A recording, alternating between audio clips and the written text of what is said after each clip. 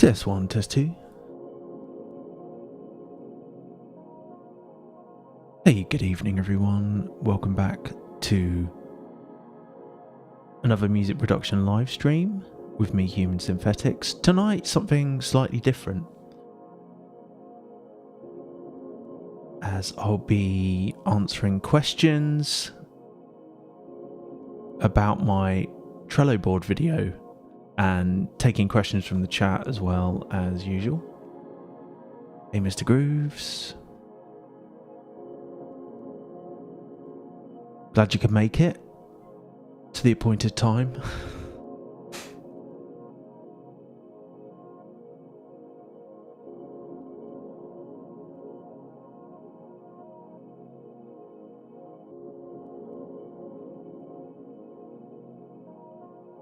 Yeah, so I published a video last week about my Trello board system, which is something I've used for about 7 years now. It's coming up to 7 years, and well, hopefully you've seen the video.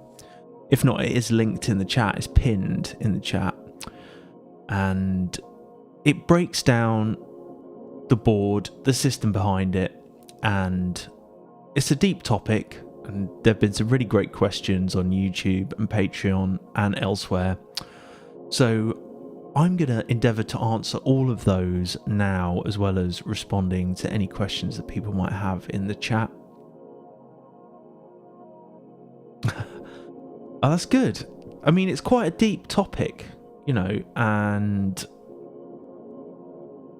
something I really care about, something I'm really interested in, and I think about a lot, you know, the creative process and ways that I can be more creative, finish more music, and generally stay organised and free up kind of mental load to focus on trying new things musically and, yeah, allowing more space for creativity. I think it's, you know, it's very easy to focus on the tools that we use as kind of electronic music producers, computers or synths or any number of things that we use to make music, and perhaps not enough on kind of the why and the approach to the overarching creative process, which to me is more important to cultivate as an artist, as a producer.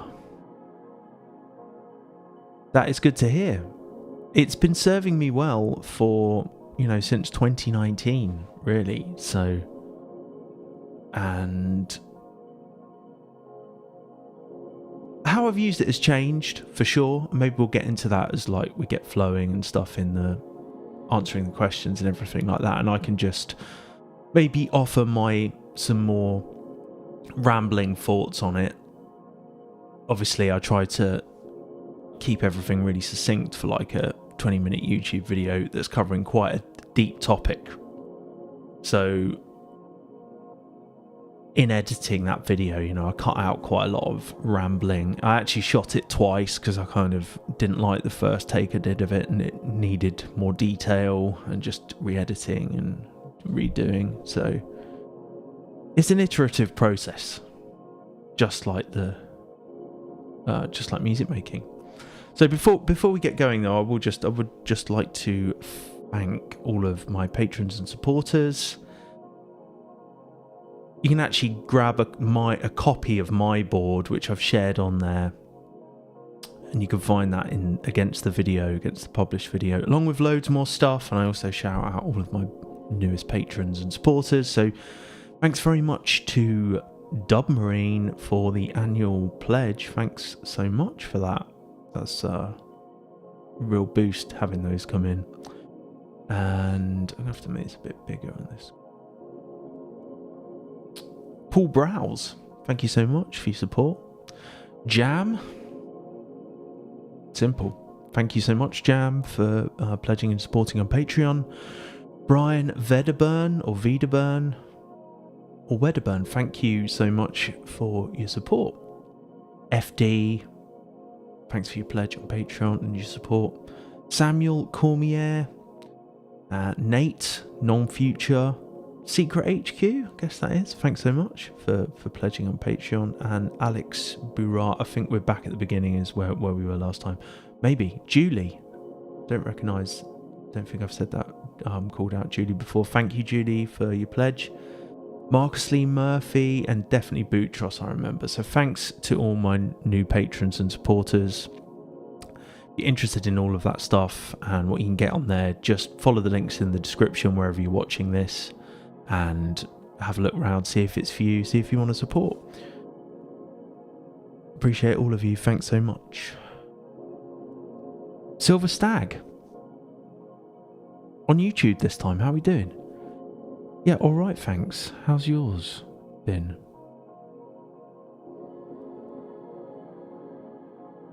Oh, that's cool, Mr. Grooves. Yeah, Echoes of Light. Great for pads and effects and stuff like that. Bit of a sound design passion project between me and George, as well as, you know, George's masterful pads, which are really just so useful. The single notes are pretty cool as well. Into those.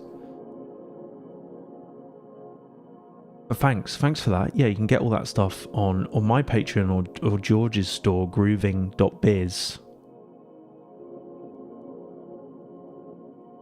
Deep Atmospheres, I'm still tuning that one, but the beta is pretty comprehensive. It's like, you know, 95% there.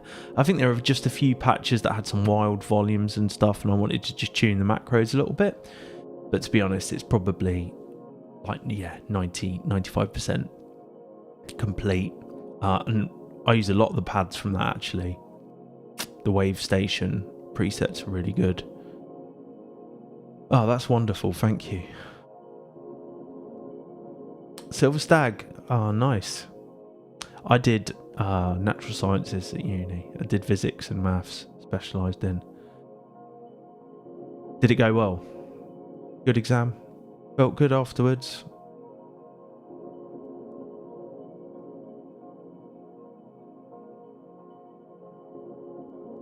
Yeah, I love... Is it a wavetable synth or some sort of vector? Is it a vector synthesis thing? That's the D50, isn't it? Oh, fair play, Silver Stag. Well, you know, the main thing is you did it, and just see how the results come in. If you give it your best shot, what more can you do in the exam, really? Yeah, I'm a big fan of those lush, complex kind of 90s digital synth sounds. Really tempted by the Korg Triton, and also their emulation of the Wave Station looks cool. I just love those really like glossy, clean digital 90s sounds.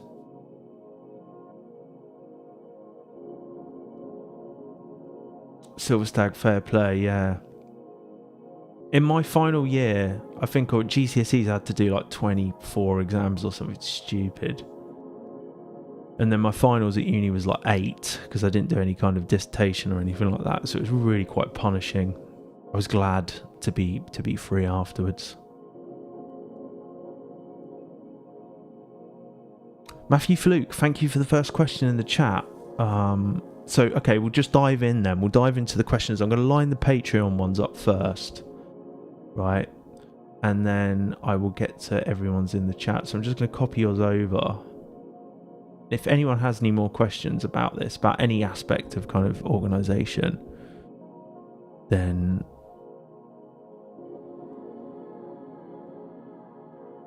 we'll get to that. Okay, so hopefully I don't dox myself.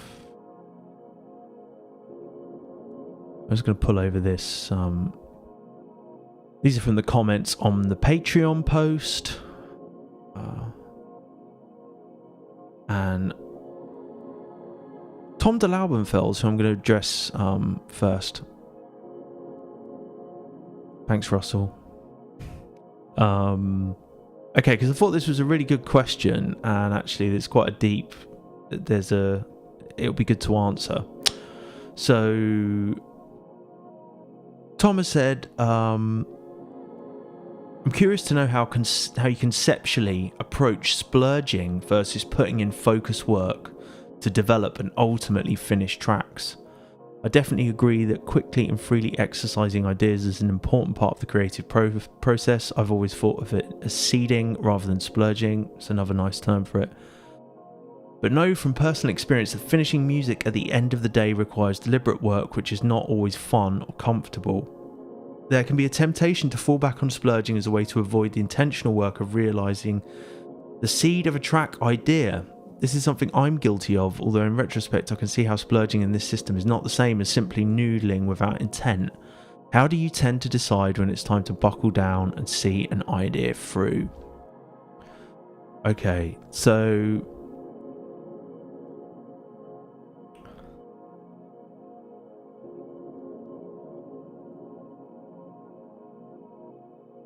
I think my answer to this is, or this is touching on a few things, I think. Maybe if I answer the last bit, how do I decide when it's time to buckle down and see an idea through? Well, because we've kind of got these multiple stages. In the board, we've got the splurging, the initial stage, and then we've got discover, where we're like kind of splurging on a splurge, and then draft, where we're starting to kind of give more shape to the idea, or where, you know, the music is suggesting a shape. The music is suggesting maybe an arc to it, in a kind of story, and we're kind of realising that in real life, in reality. And by that, I kind of mean that, you know, when you listen to an idea of yours, something you've worked on, I think there's a tendency to not actually listen to kind of or not be aware of what the music needs, and thinking about what you think you should do with it. And I think this is actually something to kind of align yourself with as a producer, is that not everything you write is going to be what you think you should be writing. And I think that's where the best music comes from, where you're not always intentionally trying to do something, but almost it's an archaeological process. You're kind of trying to uncover something about yourself, or about, you know, how you see the world and how you interpret that through music. And so, coming back to Tom's point, because I'm keen to like keep things focused and not just ramble. So how do I decide? It's usually that I've taken an idea forward, and it's almost like it feels like there's the idea is strong, and through putting it through the various parts of the process, it might come out strong from the beginning, but I feel like my work on it and what the music is suggesting to me is a really coherent, strong idea. I feel like I could probably do that with everything I work on. I could make it into something strong, but time is finite, and I'm not really keen on kind of making music fit into something that it doesn't necessarily want to fit into. Hey, Ned. So I would say it's the strength of the idea, and those tracks tend to just be quite like self-evident almost. Sometimes I work on things that aren't as strong, trying to push them through because I think maybe there's some promise in there. And when I really feel like it's time to buckle down, like then I'll do that, you know. Then it will be very focused things, and it'll be things that I sometimes do when I'm live streaming, where there'll be lots of editing, there'll be like quite detailed sound design, not necessarily with an end in mind, but like experimenting still. But I guess this also touches on the idea of, like, you know, killing your darlings and only focusing on the very best bits or the very strongest ideas that you have. And when you're having lots and lots of ideas, way more than you could possibly finish, being comfortable with that you're never going to finish everything that you work on, I feel like the stronger ideas, while few and far between often, you're more likely to strike that gold. That really good stuff, you know, when you make something that's like, actually this is fresh, I'm not repeating, I'm not copying what someone else has done, I'm maybe doing something a bit new and a bit more me. So really I'd say I balance those parts of the process. Like I find that it's cyclical now, where I'll go between like writing lots and lots of fresh material, doing lots of splurging, and then gradually I'll filter things through the system. And I try to just keep space for it to remain fun and instinctive, in that if I want to sit down and just start something, I'll do that. You know, if I just want to have a splurge, have a seeding session or a sketching session, I'll just do that. Or if I fancy getting into the weeds a bit more with a tune, I know I can look in the done column and find something that's probably more fleshed out and that is ready to be finished. So I'd say it's really, I try to, without sounding too like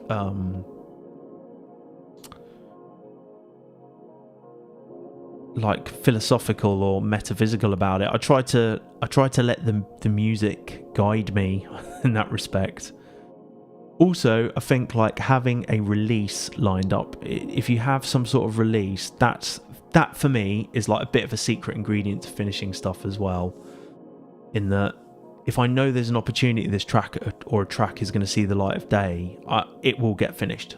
If there's a deadline, I will finish the tune.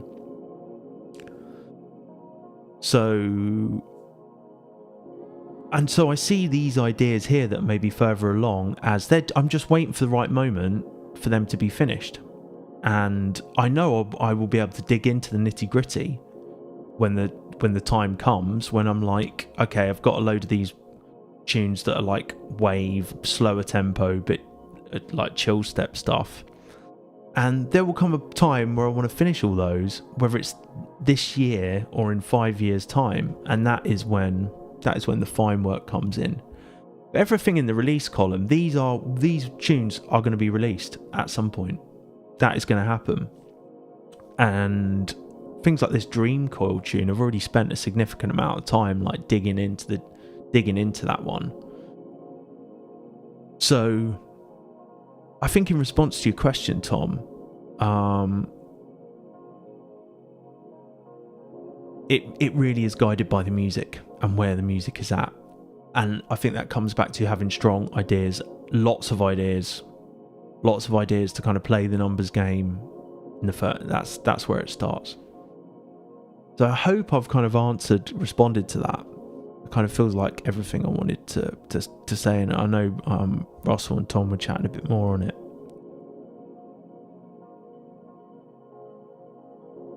So yeah, I'm talking about the conscious decision between I'm going to splurge today and I'm going to focus on developing.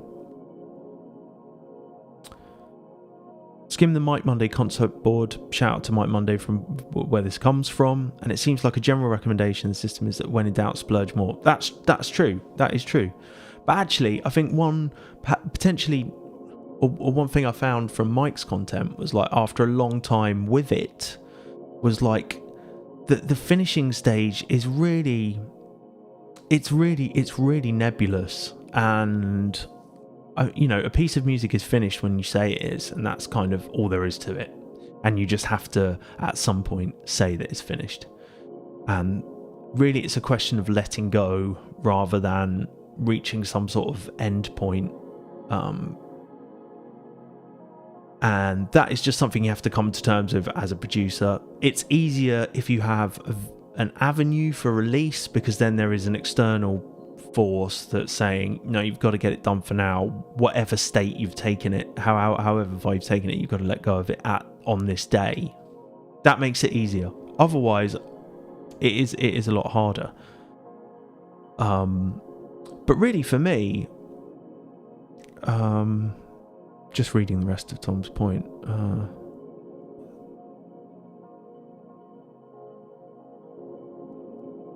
I would say that, just reading the rest of it, one can imagine either only ever splurging, avoiding the work of developing, or the converse, which is more my problem lately, of grinding through one developed idea until the time is done, and subsequently having poor overall momentum.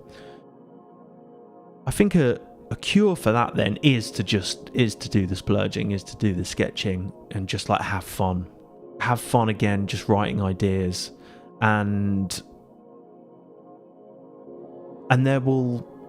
I really feel like it's a kind of an instinct thing. You can of course make time for it in your diary and say, no, this today is going to be a finishing session. It's going to be a release session. You can do that. But I feel like over the years I've kind of developed my instinct as to when I want to put time in to finish something or to get it release ready. And to be honest, it's often I'm probably working on something too much sometimes. But I think a lot of all of this comes down to just having like a daily practice as a producer. That's something that I feel like you really need. You know, if you do this every day with the intent of it being something that you just keep as a daily practice for the rest of your life, that's what you want to do, then I feel like you're going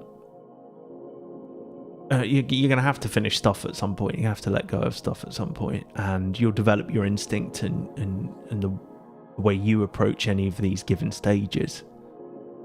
Okay, I hope that's helped, Tom.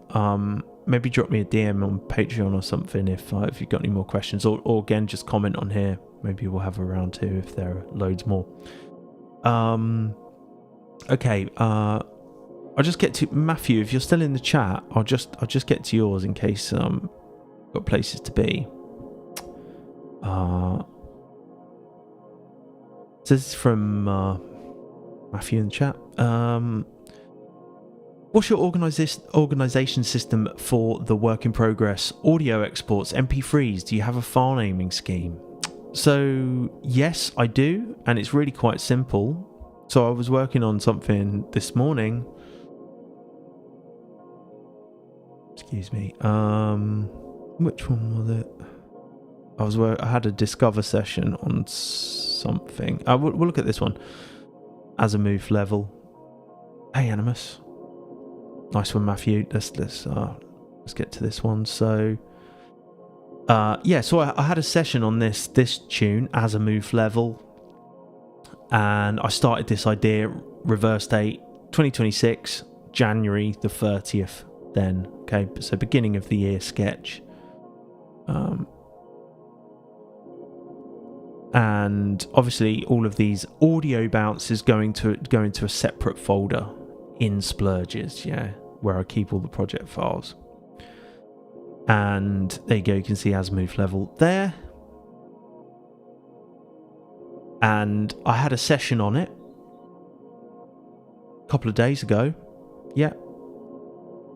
And when I worked on it, I saved a new version of the project. We'll find that. So I moved it into Discover from Splurge.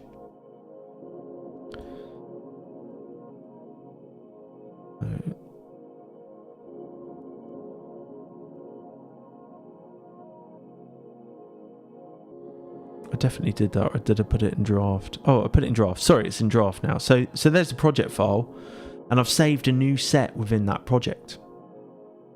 It corresponds to the date I worked on it, and that way I keep an iteration every time I have a session. And once I've had the session, I add a checklist. I add the reverse date. It's a bit of a. It's not the smoothest system, but I'm just used to it now. And then I will bounce that version. So when I come to work on this tune again, I know it's called Azimuth level, so I sometimes search the reverse date, or I just go into Discover and I can see, in draft, where I bounced it out to, it's here. And I can listen back to it. And then I'll, when the time comes, I've diaried it on to next week, diary it on 7 days. And I do my best not to listen to it. It doesn't always work. The year, that prefix changed my life. Honestly, just naming stuff and like keeping an iteration like this has helped me enormously. I also try to just come up with a good idea for the track from the get-go. Like, I just try to capture the vibe somehow in words. And to be honest, rarely do I change it. It's often just how it comes out. So I try to get something that I think could probably make it through to the end. I don't really spend too much time on it. I literally just go with my instinct.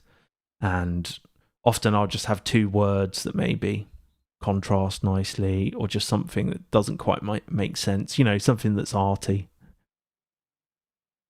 And really that's it. It's a kind of really simple system. And like, some tunes might have a lot more versions, like Dream, this one, yeah.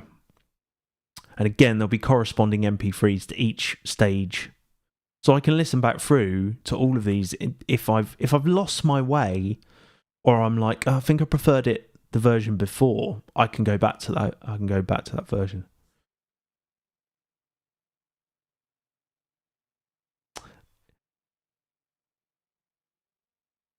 Matthew, it's almost like a unique ID number, but also chronological. Exactly.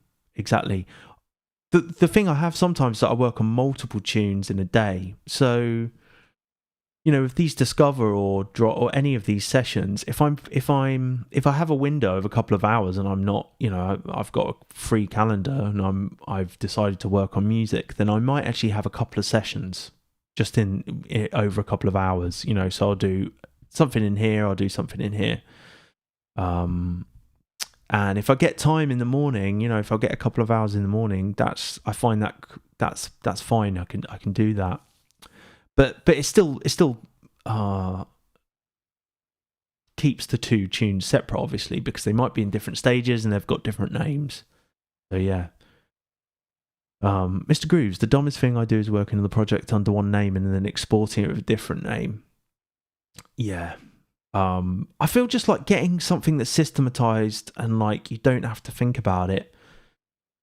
Like, I feel for me, like in the ideas that I have, that's where I try to just let it all go and just not care about being organized and everything. Just literally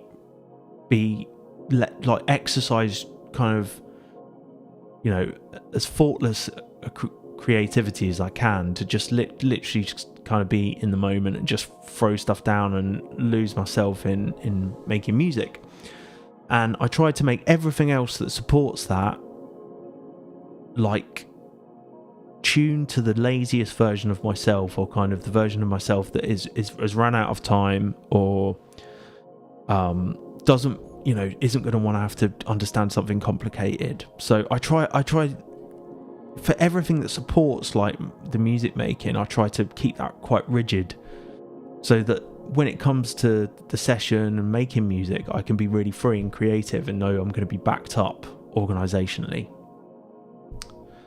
That's the way I don't spend too much time organising tunes or following any particular workflow anytime. I try to just put all that stuff aside for the music making.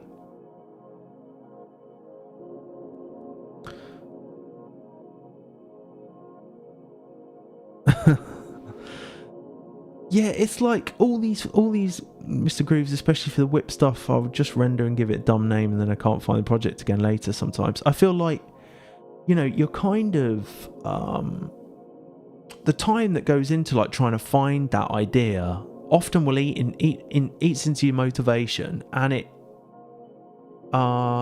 wastes time ultimately, and really I was keen to have something like this when my kids were small, and like time was at such a premium that I was like, this is great, because it kind of means that I can just have ideas and there's some way that they can cascade forward, where I literally might get 20 minutes, 15 minutes to work on an idea at a time. And I had a session like that this morning. It was about 15, 20 minutes.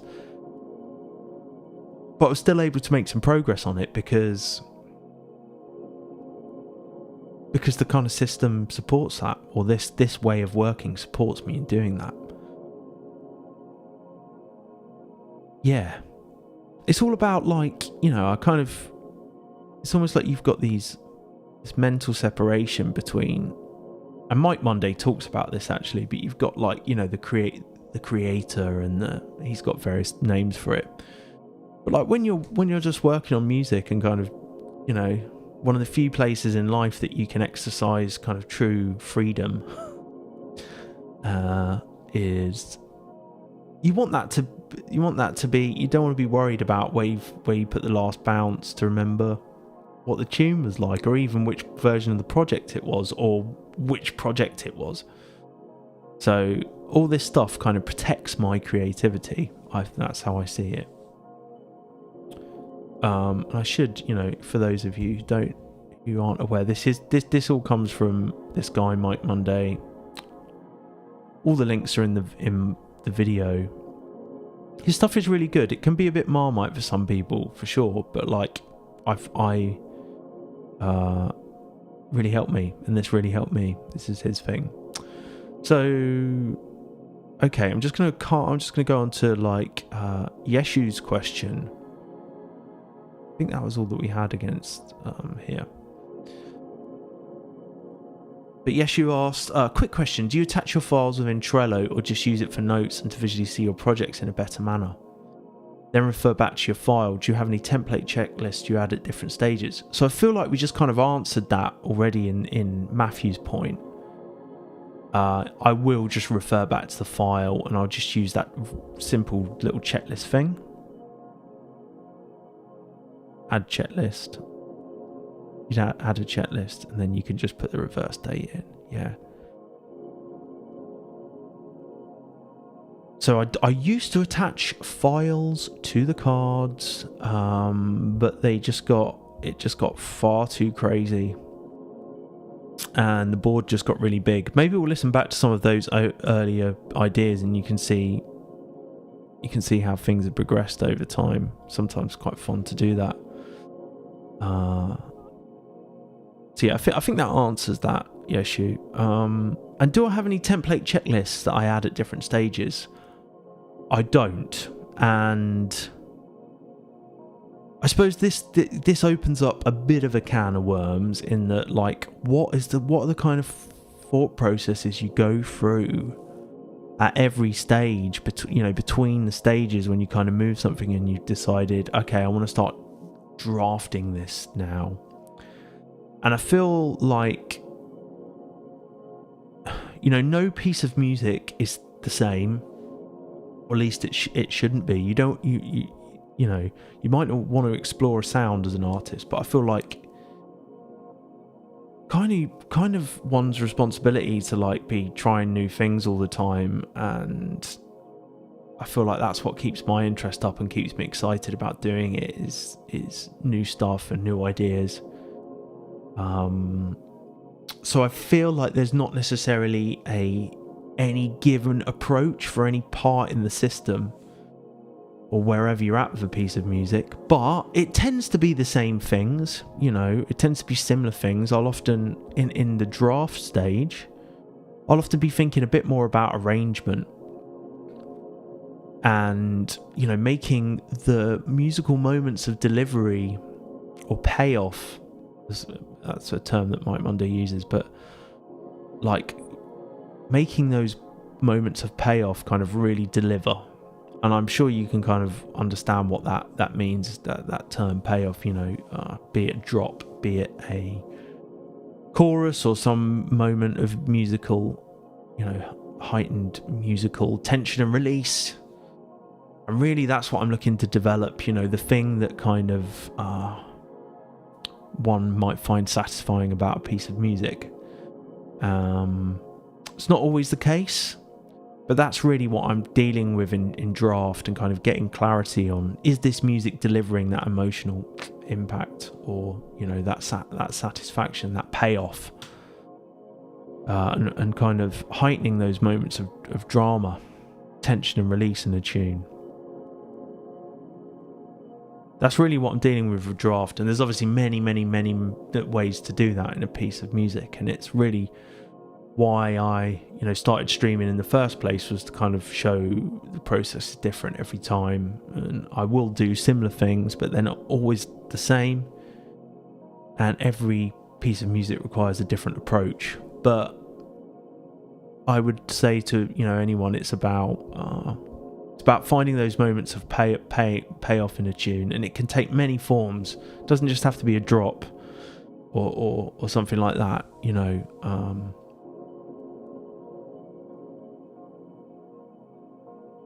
Yeah, it's a really deep topic, but I don't have any checklists to account for that, and I think that's probably a good thing. Mike Mundy talks about something he calls paths, or he has done in the past, which is like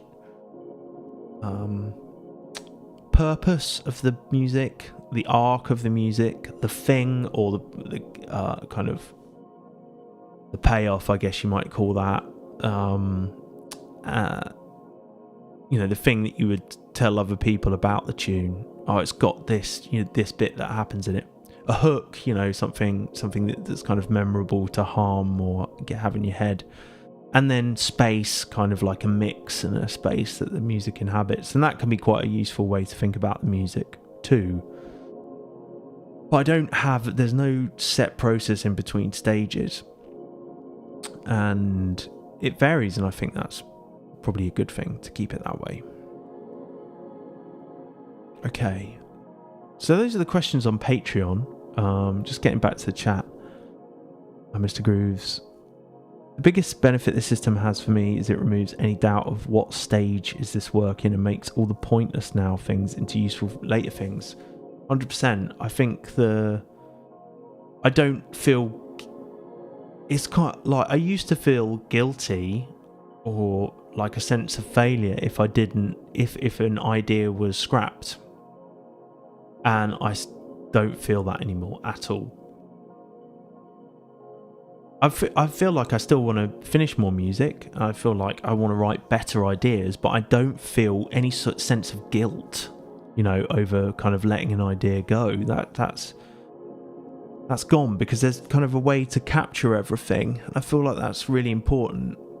There's a way to capture everything, and it's not too burdensome to track everything. And it's a pretty easy system to use once you get used to it. For myself right now, I'm adding a checklist that has items that must be done before moving forward. It's not standardized, it's different for every piece so far. Okay, cool. I try to, I feel like, every piece needs a different approach, and I try not to be too prescriptive or restrictive in what I'm doing and what I'm thinking between one stage to the next. But usually when it gets to release, I know that, kind of I have to there's certain things that have to be done before it's bounced out or sent to a mastering engineer and stuff like that. Or certain things to do if you're mastering it yourself or mixing it yourself, for sure. But really, by the time a piece of music gets to release, it's kind of inhabiting my life more, if you know what I mean. I am thinking about it more than I would do something that's earlier on, where it's kind of more in the subconscious. But by release time, I'm kind of... I feel like I've got to know a character. It's like writers talk about getting to know characters in their books, and I feel like that's what happens when you get to a certain point with a tune. When you've taken it so far.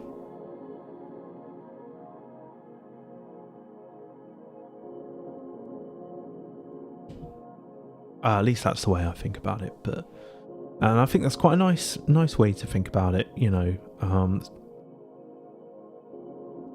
Okay, so I'll get to I've got another question that came from you, Mr. Grooves.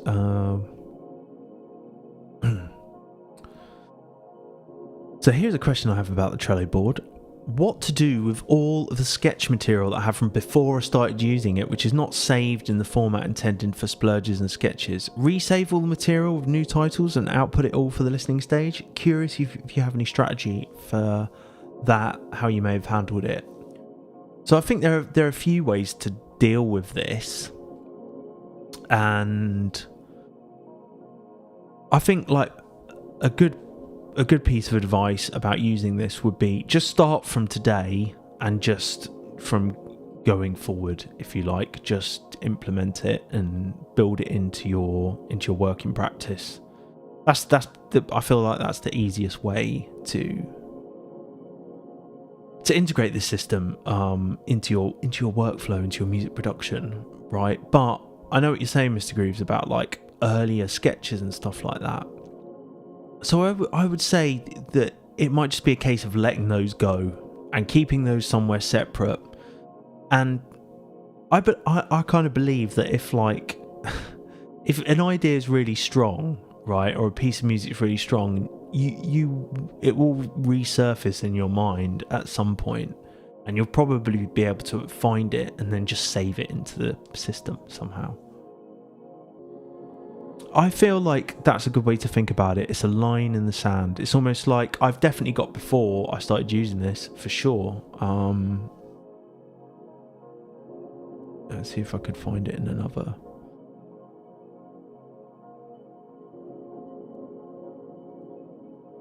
But yeah, like I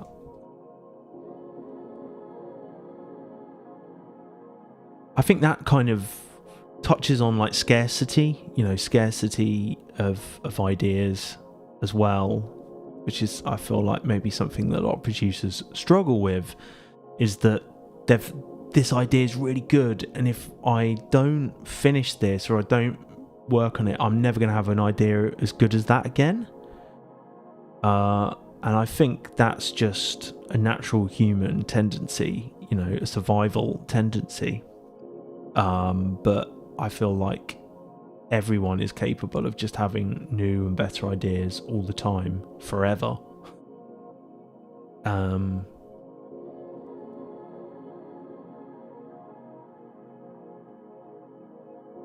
So if you're thinking that way, don't. I'm just trying to find, I'm just looking on my Dropbox off the screen to see if I can see.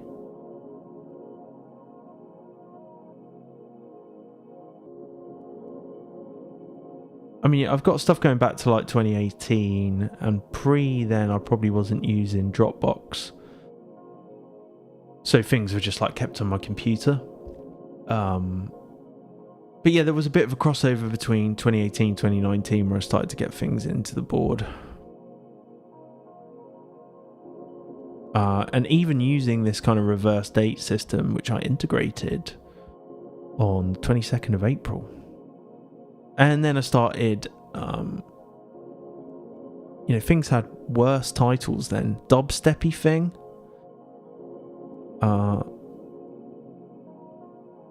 Witchcraft sample project. And was I attaching stuff to the board here?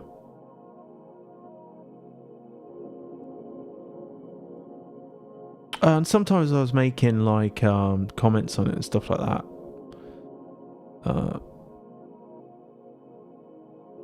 Yeah, it was varying a bit at this point. And then stuff started to get automatically added to the board. Yeah.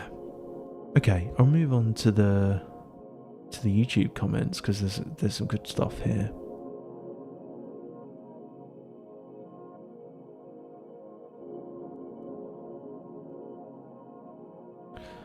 I've got one on here which is called Hot Licking Babes, which is just embarrassing. I don't even know what that...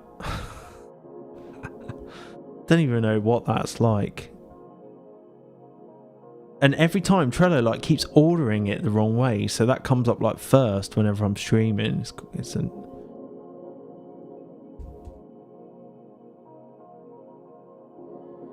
I think my stepdad had a t-shirt that had that slogan on it, and I don't know why it just came to my mind. But there's the project.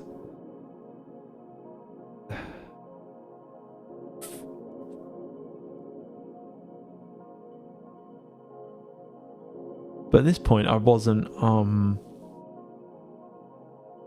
don't even think I was bouncing stuff out at this point. Anyway.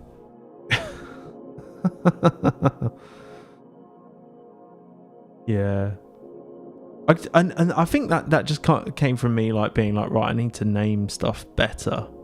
because I can't be bothered to think of a name when it's harder to think of something when it's kind of fleshed out, I find.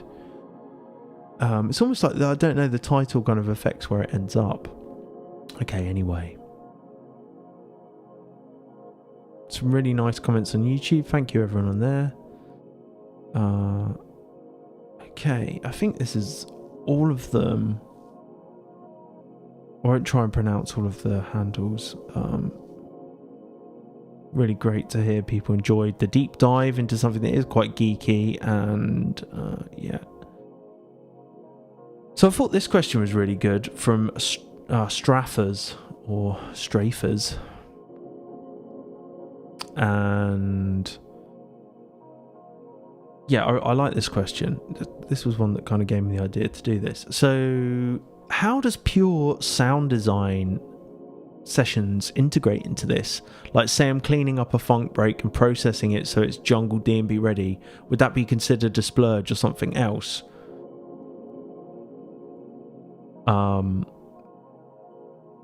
So I think I can think of an easy answer to that, and it's exactly something that I used to do, and that I do is that.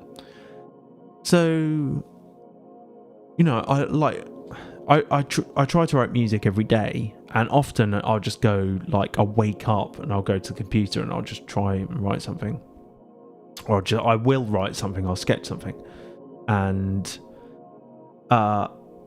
something will just float into my mind. Like one thing I'm doing at the moment is trying to do more sound design stuff in Pigments, for instance. You know, making my own presets in Pigments. I'll just load in Pigments and I'll program a new sound, and I'll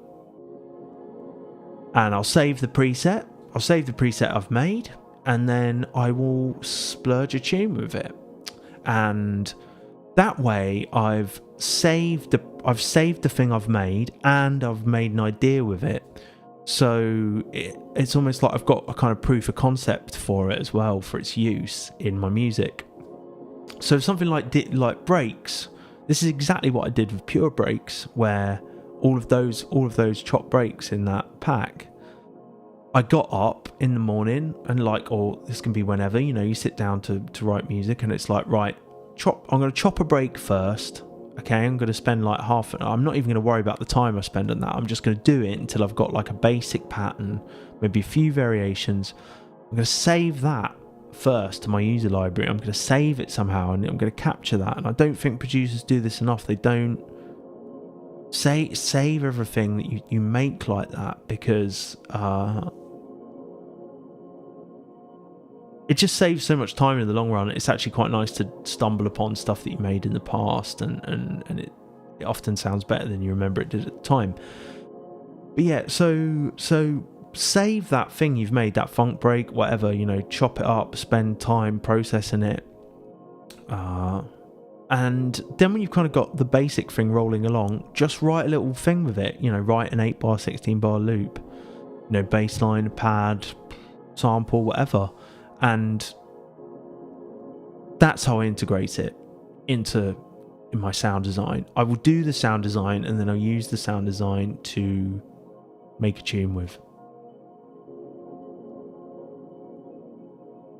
Mr. Grooves, I can't write every day, but I can spend time favouring presets, making patches, or making drum racks most of the time. Is that just because, like, you don't like to do that, or it's like a time thing? I've been disciplining myself to save presets that I tweak as well. Almost never like one as is, but saving it, whatever my changes, would become useful later. I'd say that pretty much everything I ever save I don't like. I never like the presets I've made, but then often when I come back to them, I'm like, oh, I can work with that, or there's something interesting there, or I've improved a little bit. I think there's like, for me, I can only speak personally, in that there was always a fear. There's always like a fear of saving it. And I used to get this when I was making stuff on like hardware sims, you know, programming patches, like, oh, it's not quite there yet. I don't know if I can justify saving over, you know, saving this patch. So then in those sessions or doing anything like that, I think the goal is save something. You've got to save something. Otherwise, you know, otherwise it's just, what's the point of doing it? I suppose there could be no point as well. You just want to meditate out and chop a break. That's fine as well.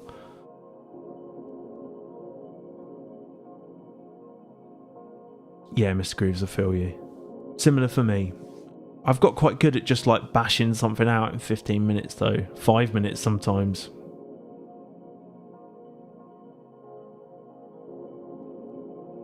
I tend to almost like factory presets, but find they need something. Often I find they're just a bit too much for me. You know, they've been made to like sound too full, too detailed out of the bat, and they don't necessarily go well with other stuff. Okay, so I think that was a really great question from Straffers, or Stray Fuzz. It's probably Stray Fuzz, isn't it? Like that is how I integrate it into my sound design. Is that like I kind of wrap it up as one thing if I have enough time. If I don't, I will just chop the break, but I'll always save the break somehow. Or I'll always save the patch, or I'll always save the sound design thing, or I'll always save the sampling that I've done. I often won't do a session unless I know I have always factor in time to save and wrap things up at the end. Never just kind of run out of time like shut Ableton in disgust.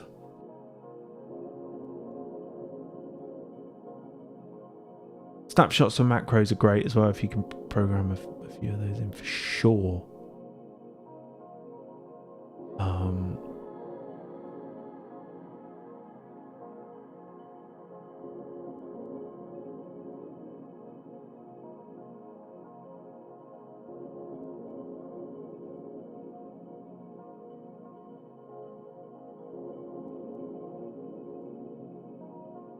It is so. I really love them actually. Nice comment from Grace. So I thought this was a really great one as well from I think it's Alima Verde. Hey, love this. Thank you. I've recently stumbled upon this method myself, and funny enough, also read about a similar philosophy on Rick Rubin's recent book. I've read the same thing. He talks very similarly about it. It does indeed help a lot with separating ideation, which requires crazy freedom, and development, which requires more analytical decision making. For sure. It's like develop a lot of seeds, let them compete for your taste and attention, and push the ones that deserve to see the light of day through, and don't over-engineer them, because time spent overworking one idea is time not spent working on 10 others. Very true. That kind of really just encapsulates everything we've spoken about so far. Let them compete for your taste and attention. I think that's very true.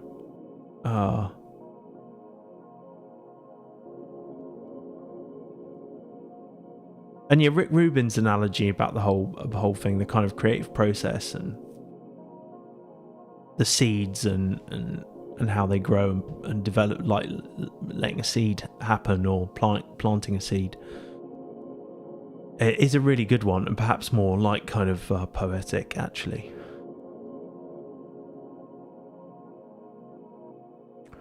So thanks, Alima Verde. That's a really thoughtful comment, and I will respond to all of these as well, just on the video.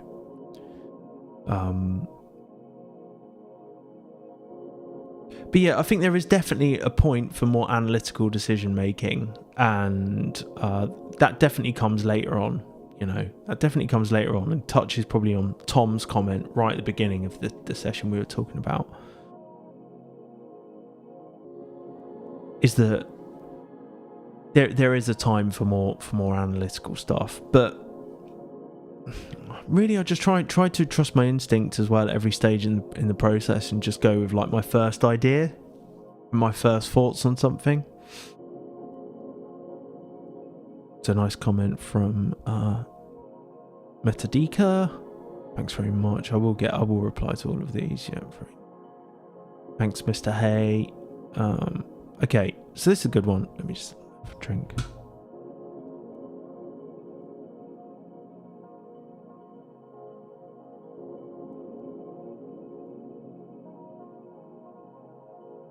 So did he do Slipknot?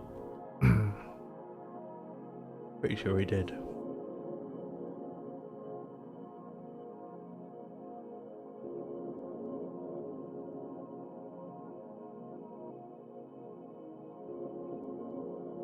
Should be, yeah, that's a great one. Volume 3. I mean, you wouldn't put him down as doing that really when you see him speaking, but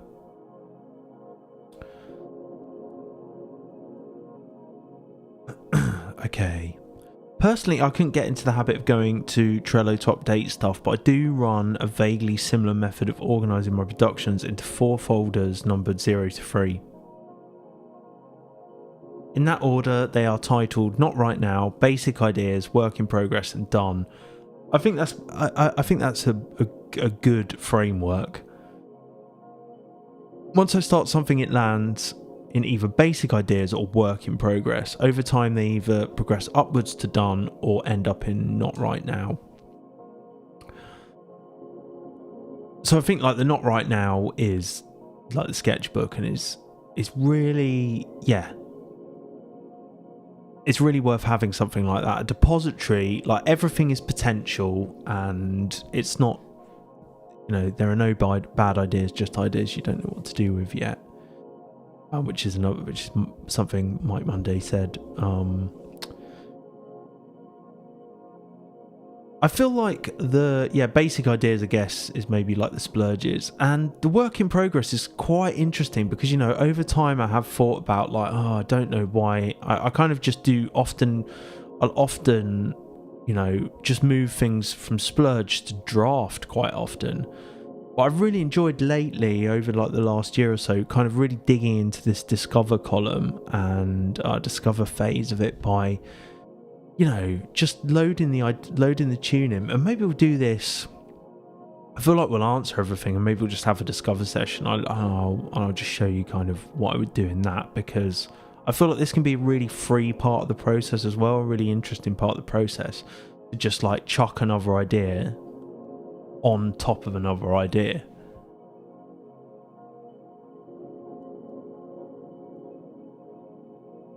Psychotic Symphony, I've not heard of them. They sound good. Are you a fan, Mr. Greaves, of Slipknot?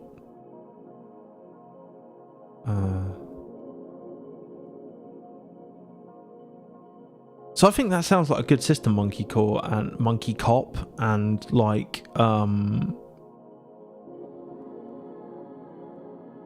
you know, pretty much mirrors, just like with this work in progress, kind of swallowing 2 parts of it, and maybe done swallowing the done and release. And it's great if you can come to something like this on your own, or like I've seen like people like really customize this as the board as well. Mine's quite heavily customized too. But I feel like the main thing with all of this is like you've got to do it. You've got to do the thing. You've got to do the work, and like and just keep working on music for years and years and years and years to kind of understand. You got to keep working on music, and you got to finish some of it, because otherwise you just won't ever know how that cycle looks for you and feels for you. So,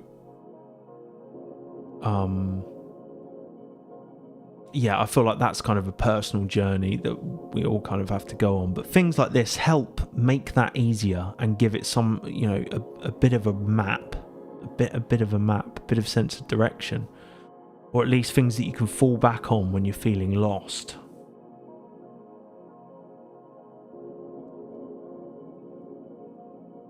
That's interesting, like, because I kind of came up in nu metal. That was the thing when I was like 15.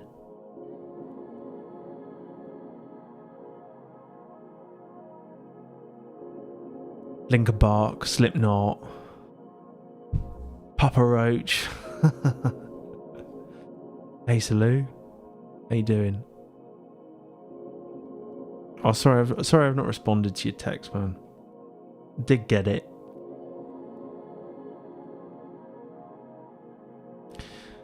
Yeah, I used to like Hybrid Theory. It is good. Pretty heavy sound on that. Did Rick Rubin do that? Okay.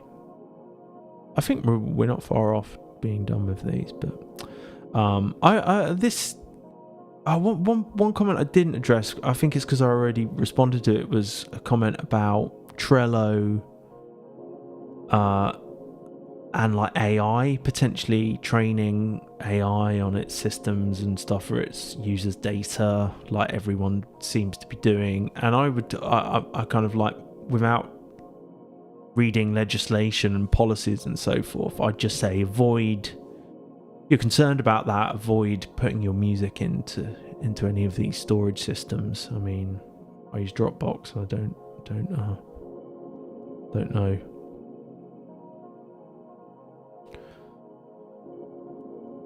So Dave Chips, I was wondering, is there any piece of software that can do this and have a direct link to my hard drive, or Trello can do it? Question. Basically, to link the cards to audio files, product folders, etc. I had similar principle working in Asana to stay organised with my projects, but seems the ultimate convenience at this point in time would be having linked cards with projects directly.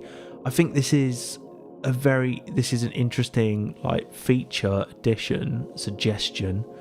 And I was actually chatting to Mike Kiss, to Johnny Mike Kiss, the producer, and we did the podcast together.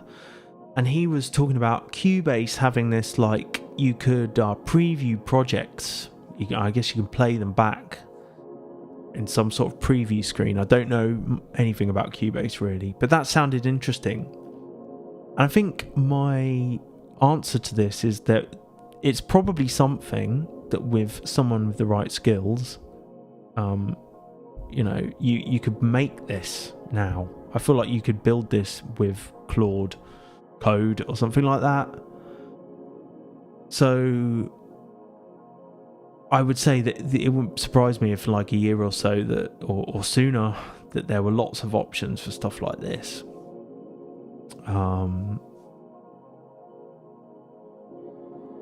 Sulu in the chat, I bet you could make something like this.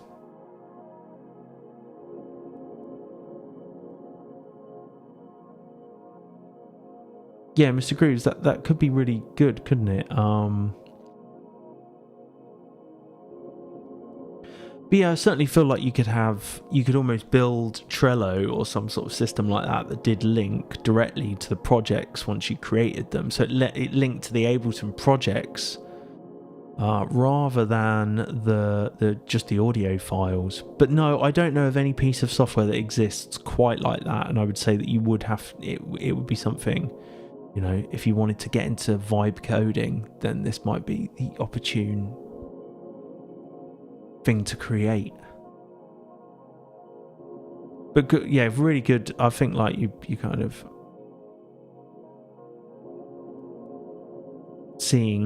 looking ahead, Dave Chips, looking ahead to what's going to be next for stuff like this. And then Armature's Music. So I've not read this one actually. I have a pretty similar system. I would say the biggest, most important takeaway anyone should get from this is always bounce out what you've worked on. Very true. Completely support. Upvote that. It saves so much time. It really does.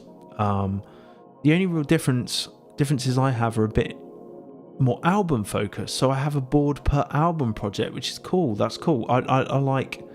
I feel like you could have multiple boards, really, doing separating out projects, bodies of work, so to speak. Some ideas can carry from one to the next, but I like a clean start every couple of years. I think that's a really cool idea, and something I've thought about doing myself as well. Was just kind of having a fresh start. Cool suggestion. Maybe if you know, maybe if you've been using something like this, or you have a singular project that you could just separate it out. Often I just do that with labels, with labeling. You know, I have various labels for kind of projects that that are taking place, releases and so forth, or collaborations. The other main difference is I don't have everything. I don't call them splurges, but I do what I call the ideas stage. Okay. The difference for me is I listen back the day. It could be on the day or the day after, and either save as a continue track, or I take the project apart and save it as ALC files. That's cool. ALCs are gold dust, as you can pull them into other projects. So that's kind of like the... I don't know what it stands for, but like they're the files that get saved in whenever you like bounce audio out. Is it ALC or ASD? Okay, I don't know what ALC is. Okay, so I might have one really good track on the go and 2 or 3 other decent eyebrows. Okay. Other decent elements from projects that wouldn't have ever got finished on their own. Shout if you want to hear any more about it. Really interesting to your workflow. Thank you, Armatures. I like the sound of this ALC thing. That's kind of an interesting take on it. I love stuff like that where you're like you're repurposing what you've already made and just having like an interesting... This feels like a way of engineering happy accidents, which I'm a big fan of, you know, or not engineering them, but like encouraging them, fostering happy accidents. It's the file for your track. So is it like it's not ALP, is it?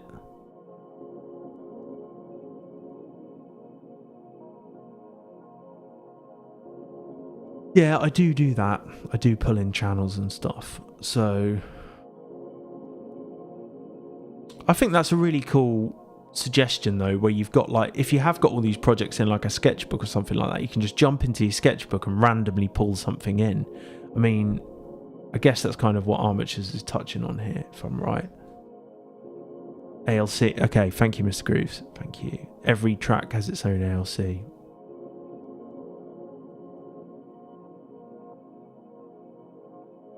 Cool workflow, Armatures. That's a really nice take on it. Okay, this is my mate Tom from Listening Sessions. Thanks, Tom, for the comment. Known Tom for a long time. Haven't seen you for a while, mate. Hope all is good. Hey Alex, it's Tom from Listening Sessions. As I said in the LS group chat, I find Trello massively helpful for encouraging productivity by being able to visually track where any idea I create falls between its start point and finish line, hopefully released. So this is interesting because I had no idea like Tom was a Trello user as well. My columns do have slightly different names than yours. Ideas, in progress, 5 max, that's interesting. Arrangement, done, reference, mix and master, then peer feedback stages before sending out to DJs and labels. But the system seems fairly familiar. Also didn't know you could upload MP3s to Trello, so I'll definitely implement this. Again, I think that's a kind of cool customization. I do wonder, Tom, like, how much are you finishing with this? How much is getting sent to labels?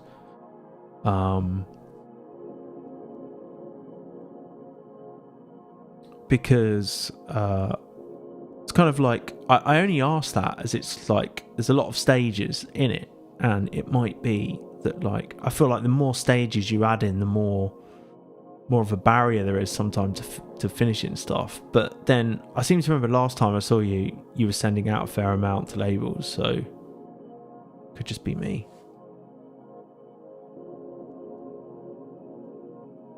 I have a lot of things in my buckets.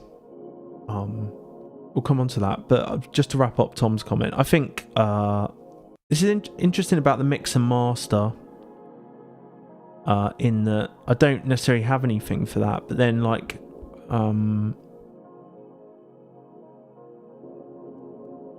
the mixing will get done in the release part, and often as I feel like there's no like I like a bit of leeway when I'm mixing to go back and change things. And I may well do that at the mix stage. So I kind of feel like when I hit the mix wall, or when I'm like, I want to mix this down or start mixing it, it will often be a bit of give and take between that and the kind of stage before where I'm just fine tuning things a little bit. I used to think that mixing was something that, you know, it's like a final thing. Once you start mixing, you can't go back and change the tune, or certainly that's how it was in my mind. But actually, a track is never finished, you know. It's like I said earlier, it's like when you decide to just close the door on it, or let it go. So but that's good. It's great to hear, Tom, that you've kind of developed your own way of doing all this. And I wonder where you got it from as well to use Trello for this. It's really cool. It's really cool to hear all people's customizations and finding different solutions to essentially the same, or different ways forward with essentially the same art, creative struggle. Yo, Ian, how we doing?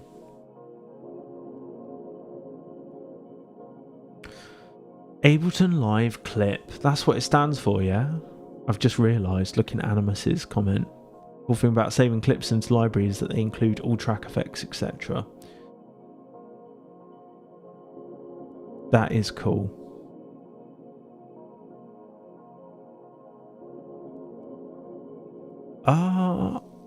So I think I've answered all of the questions I've had on this video now, and talked a little bit more about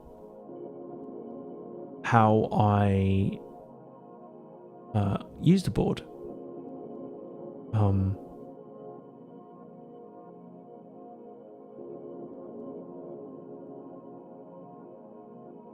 Maybe we can see if this Hot Looking Babes tune would play. What an embarrassing title. Okay, it's got missing tons of plugins. I don't think they matter though.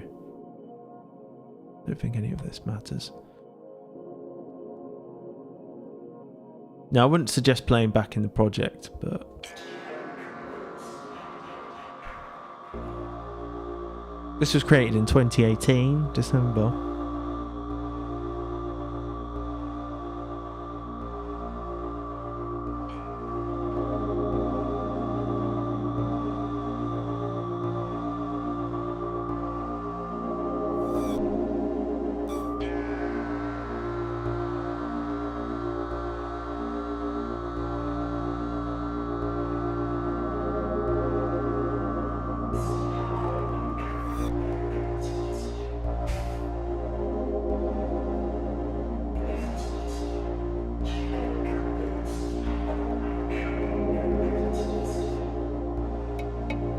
It might have been a sample or something I got from some random sample pack.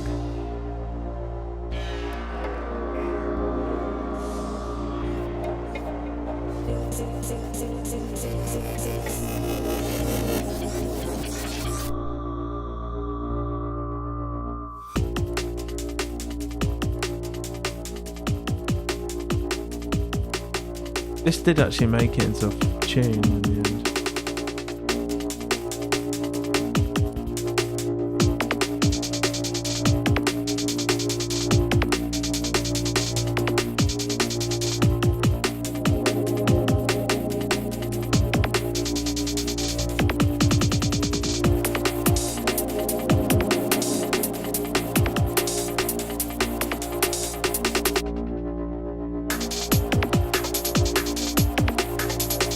Trash on it.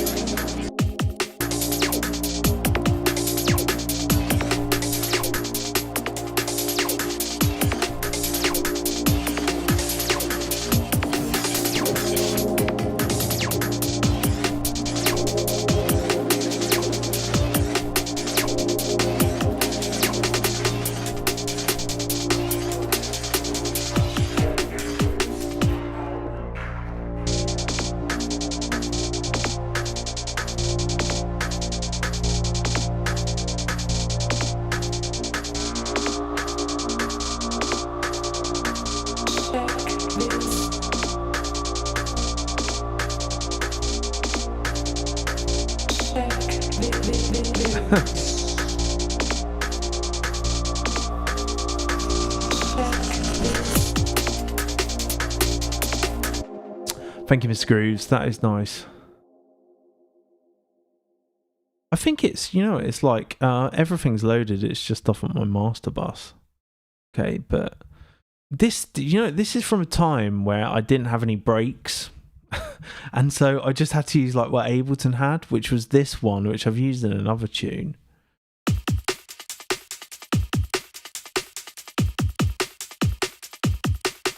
Oh, that's the right break, really.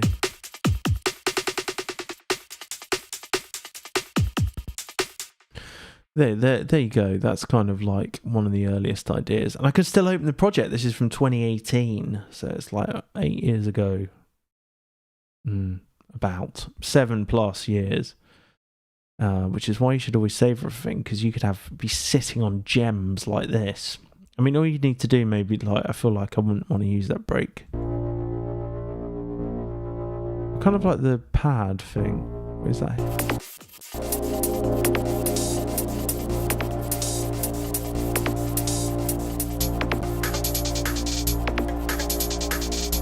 Got some nice like electro-y elements. Let's find a thing to work on then for kind of like the last 40 minutes. But yeah, I'll still take questions in the chat about any of this stuff if you want to know more about the Trello board.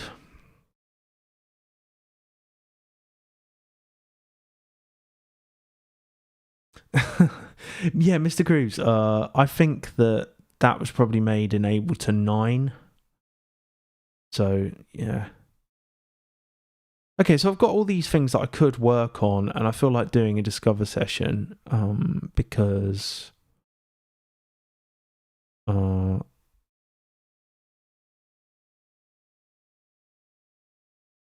want to demonstrate like just throwing more ideas at an idea that already exists.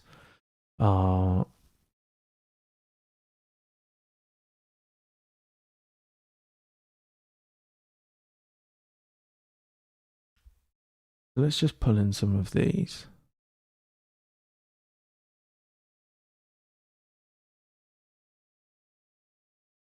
Swarm.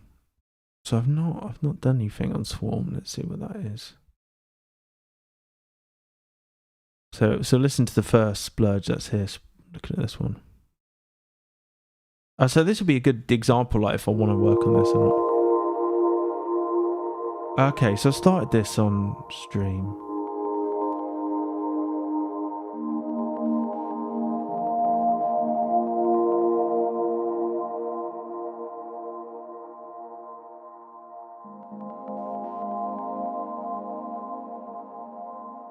I feel I certainly would, Mr. Grooves.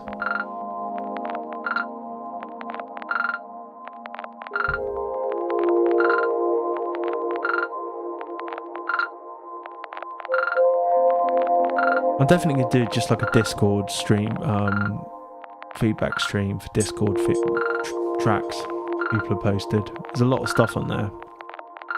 I don't really get much time to offer any feedback ever on Discord about stuff.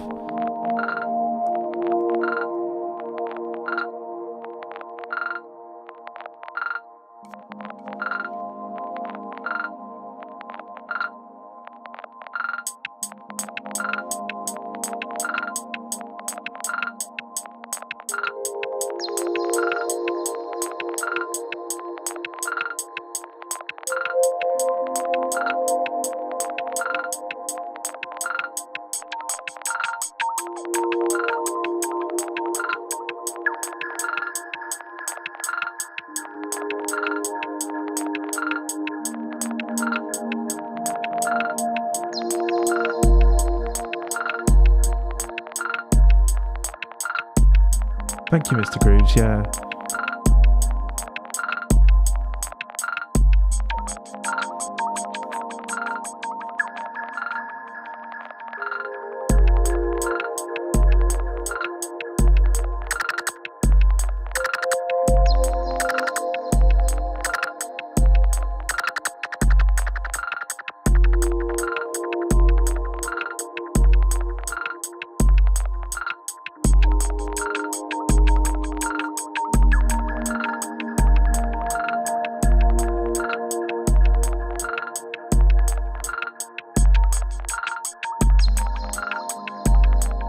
I'm not, no. Might have encountered their stuff.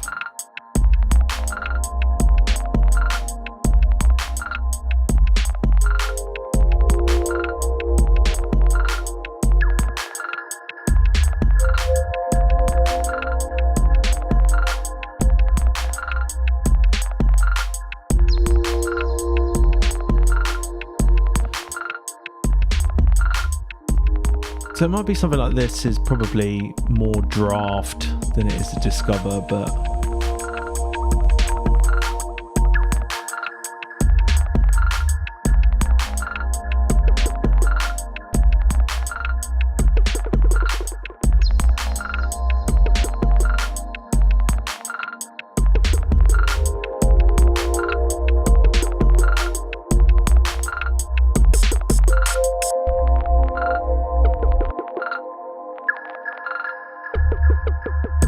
yo, creative blockhead.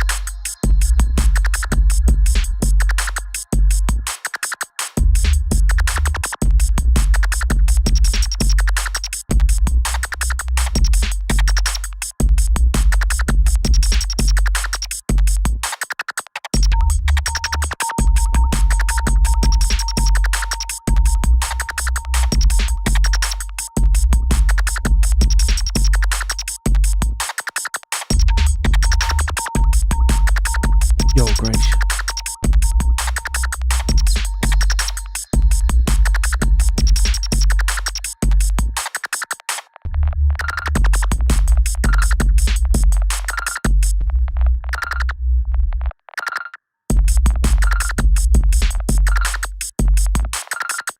Okay, it's quite like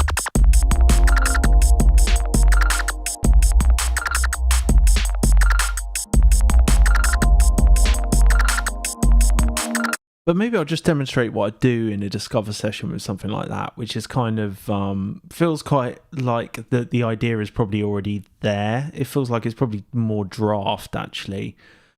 Certainly, like my instinct with this one is to like. It sounds like there's a lot of audio clips that I've made already, and that I would probably actually spend quite a lot of time editing all of those bits and sections just on the timeline with my mouse.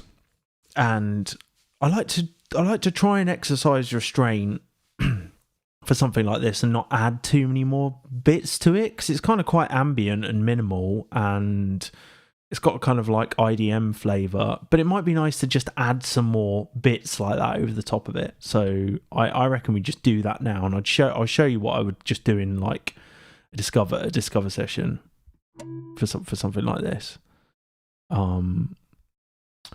You know, I won't save that tune. So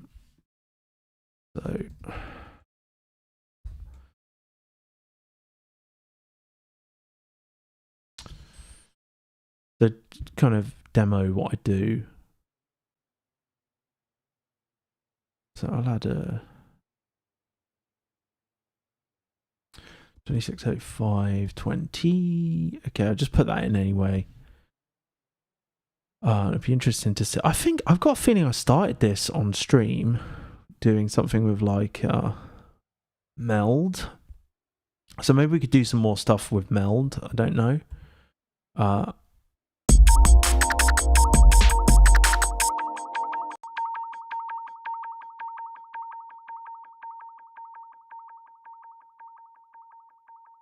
Oh, Mr. Grooves, that's it. That's cool. Reaching Texas. That's a good name for a tune. So whether or not I can come up with a motif, I might try some stuff like that. So I don't worry too much about where things are going to happen, and more just about like just trying more musical ideas on top of it. One thing you can do in these sessions that could be quite interesting is, like, I don't know, play some games or something like this. Like, and do the opposite, right? It's quite ambient and stuff like that. You could, you know, have a really hard section or something like that, or maybe even lean into it getting even more ambient. I'm not sure. But what have we got going on? We've got like this pad idea. The pad is nice, and then we've got some drums, various different drums, and we've got some other parts that I just made from resampling meld.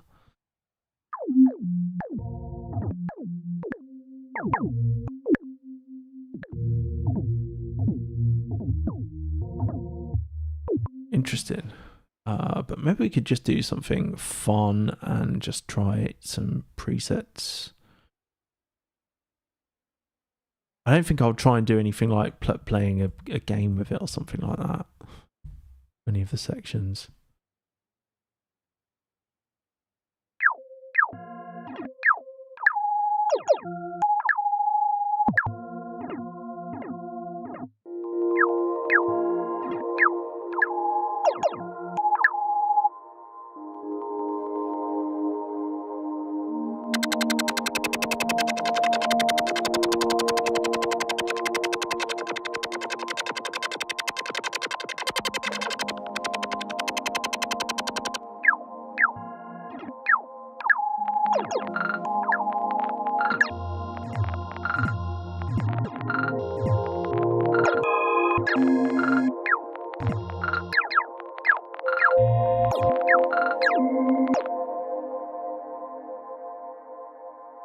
So I haven't written a list, but I'm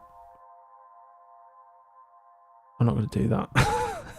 I'm literally just going to chuck some more ideas over the top of it, see if any of them work, and if they don't, nothing ventured, nothing gained. I'm a bit ADHD in the way I work sometimes, I realise, where I just like really flit about between stuff. So I really like the voice box Ableton pack. It's really cool and I use it a lot. And I often just use the chromatic voices like that.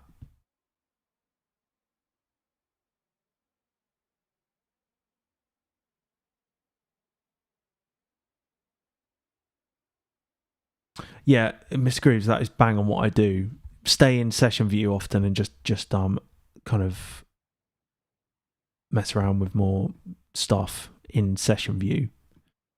And one thing that we could try is that I quite enjoy doing as well is working with just like some breaks and just doing something unusual with them. I don't know, we could just take any of these breaks. I don't think they necessarily work with this tune, but I'll do something I've really enjoyed. Really love using like re-enveloper. Yeah. And I'm going to try and work quickly with this. This is another thing I try and do with everything, is just be really quick and not not try to judge stuff too much. Just follow my creative intuition. Really loving Erosion, the new version of Erosion. It's really cool.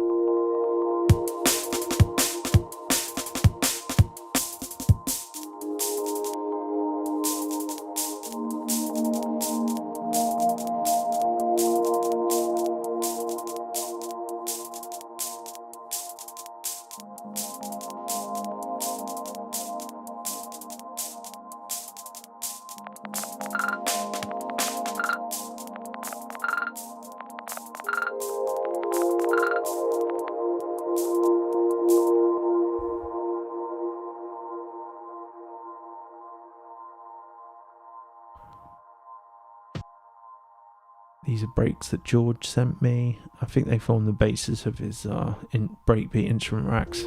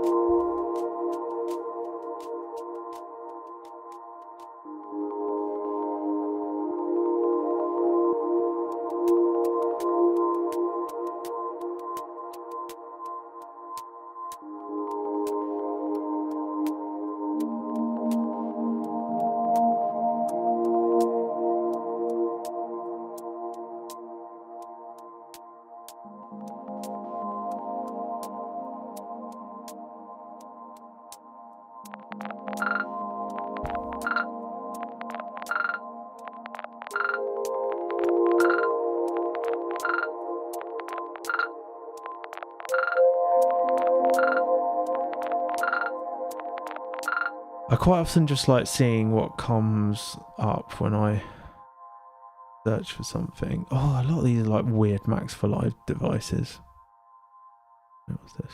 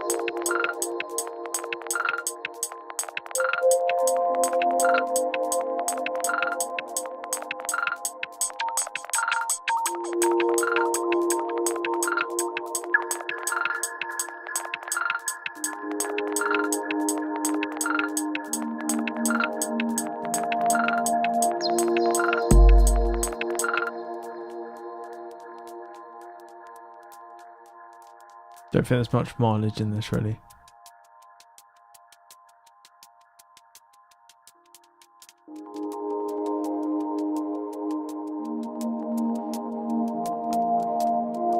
Okay, we'll see. Another thing I'm really into is like just using this voice box and like washing it out of a load of effects. Often we'll like dig into the same presets over and over until I get kind of bored of them. What was this like? I'll just try out random stuff.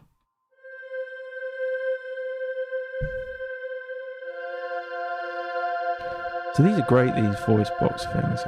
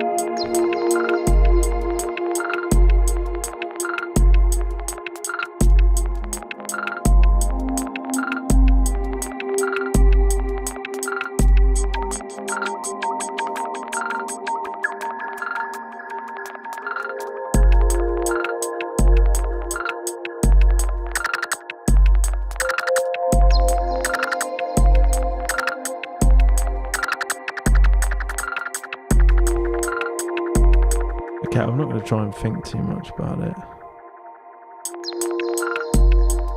Where do the drums come in properly? Here? 1, 2, 3.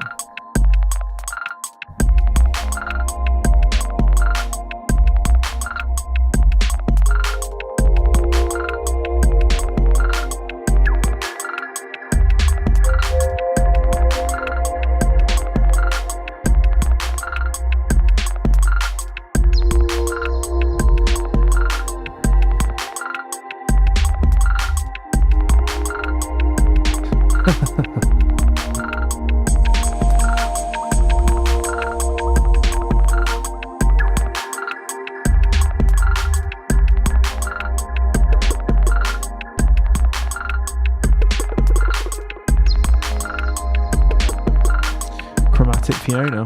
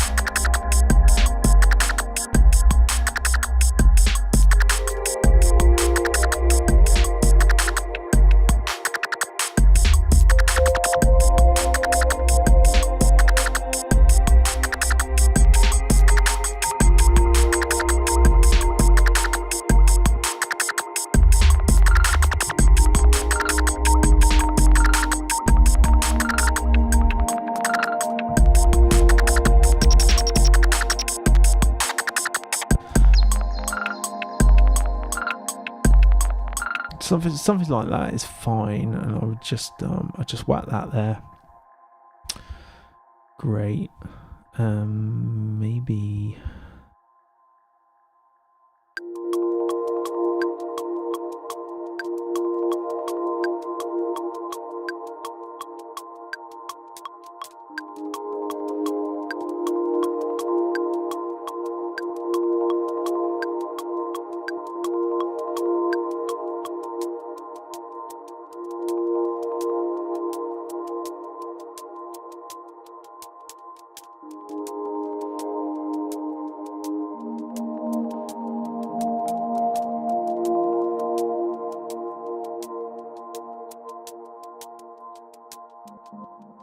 I don't know, try something unusual.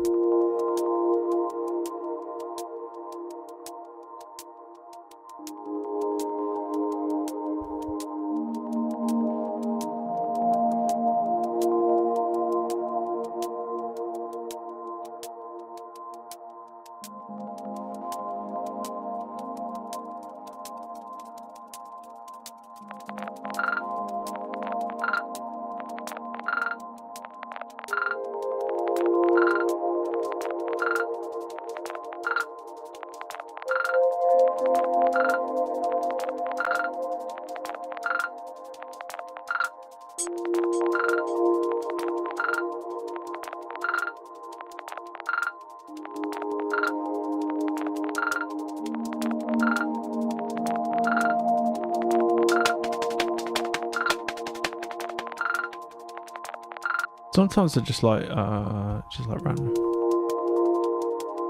randomly quantizing it.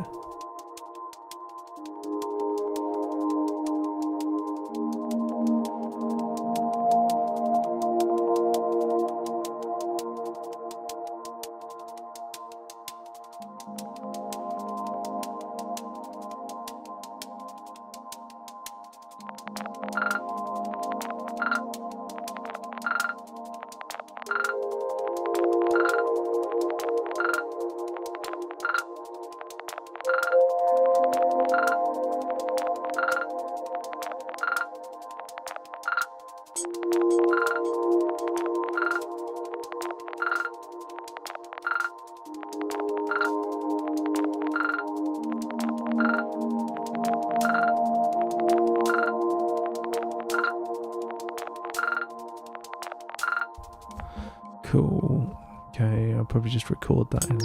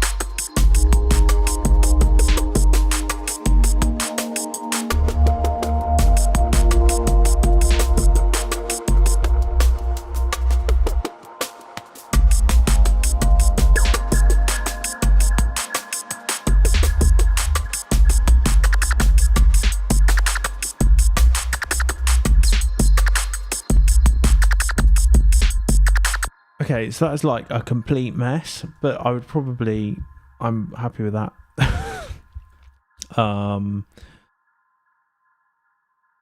Because obviously what I've done when I'm launching these clips is like introduce the drums in an unusual way, which is fine. I'm quite happy to have that happen. I don't know if I like this hi-hat, but I'm not really going to worry about that now.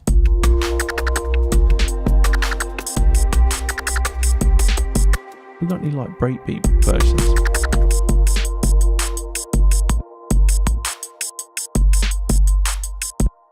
But there is a bass of sorts. It's kind of warbly thing, which is kind of quite cool. That can work as a bass for sure. I'm not going to get into like designing stuff, doing sound design stuff. So it's just a mess, like arrangement wise, and all the notes are all over the place. But it's kind of enough to give me a flavour of like what the sound is, and that's all I need.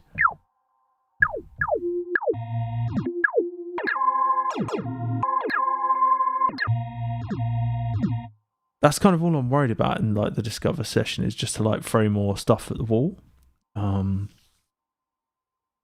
Record. I'm just gonna record one bar and then play. Okay, then play. Record overwrite stop. Yeah.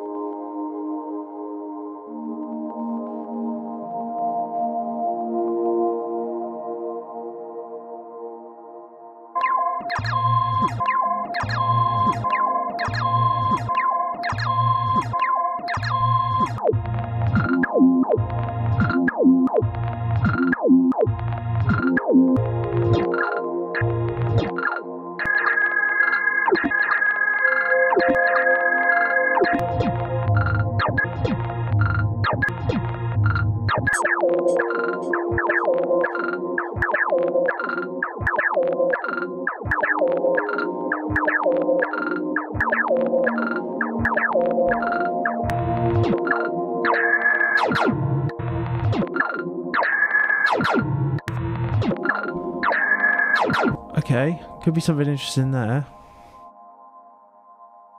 Thank you, Proscheck.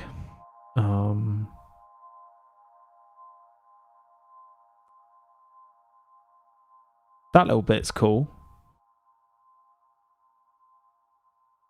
What can we do with this? Like putting it on beats quite cool, and then like just adjusting the transients.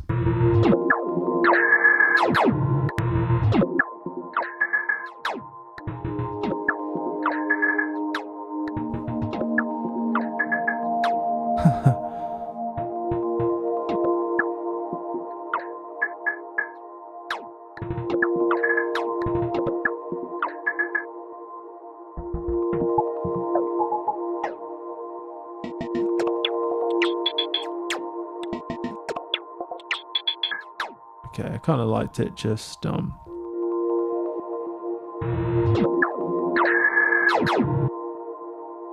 that's quite cool, that little bit. Maybe we can make that into something.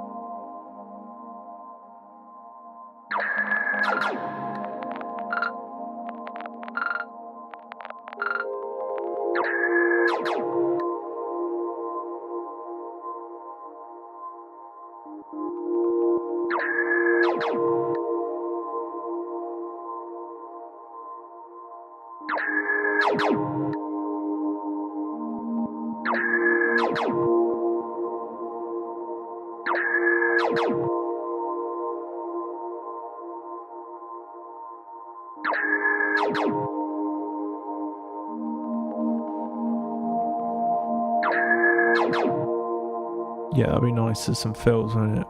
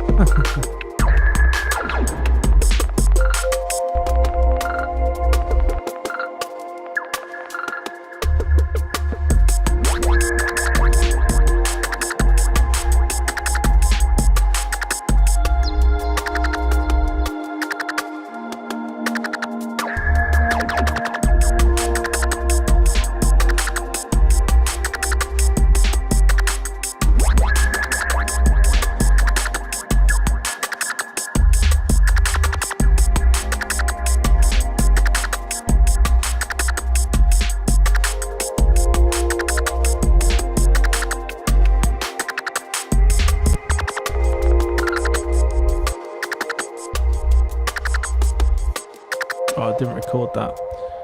Annoying. I need a couple of those silly little things just to see if they're going to work.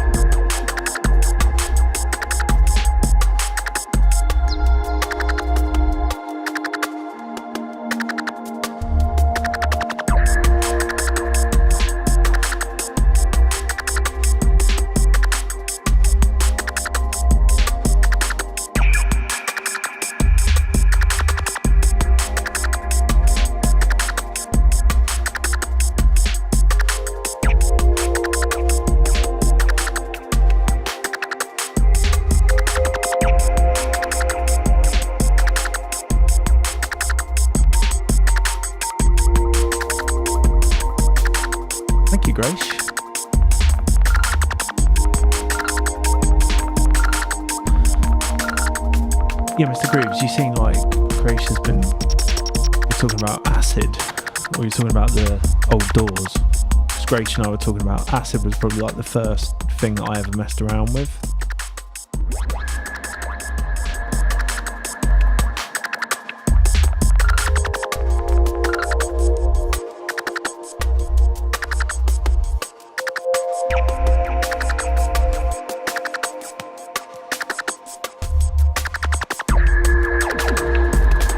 Too much, too many effects, but like it's okay.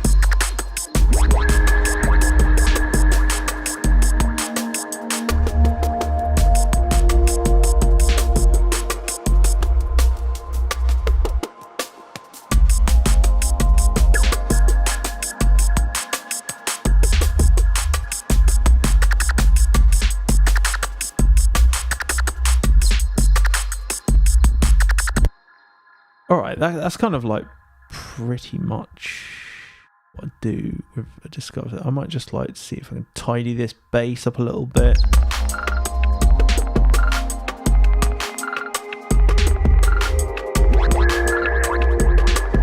The kick's quite big.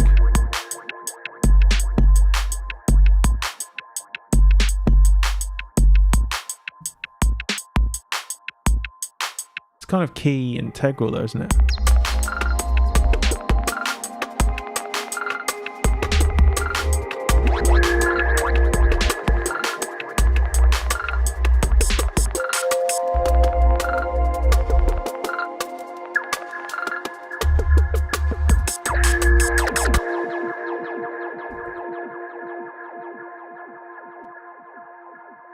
Another thing I'll often do is just like, I use the same samples in lots of different ideas, and then usually I don't finish all of them, so it doesn't matter.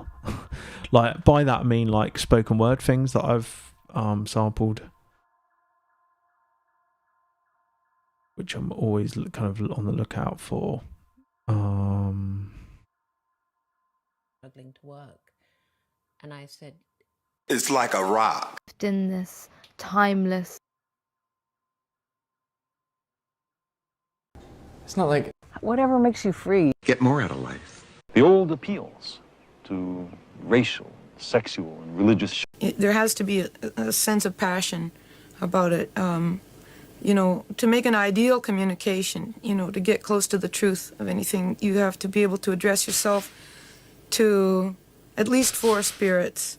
You know, there has to be something there for the heart. There has to be something there for the intellect. There has to be something there for sensuality and sensation. And there has to be some wit, you know, some things that are direct hits, brief and clear. And if you get the right amount of those vegetables into the broth, you know, then it's satisfying to me personally. The old appeals. Get more out of life. Whatever makes you free, and it makes you feel really free and really good, that's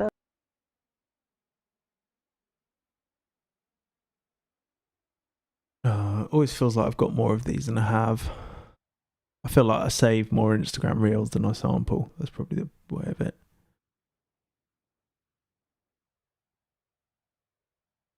This is all of my sampling in here.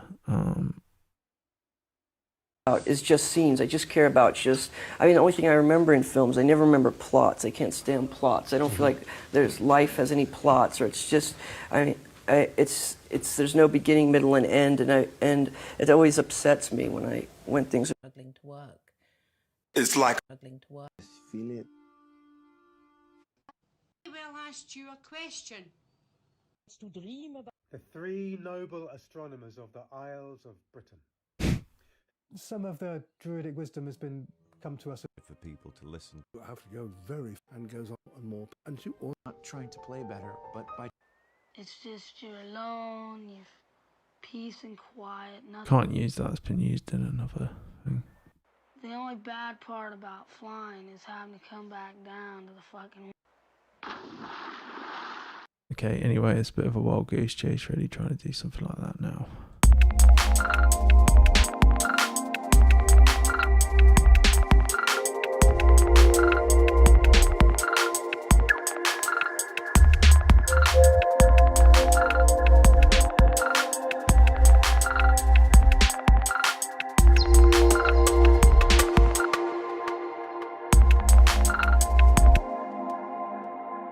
I wouldn't always do this at this point, but I do just want to sidechain it.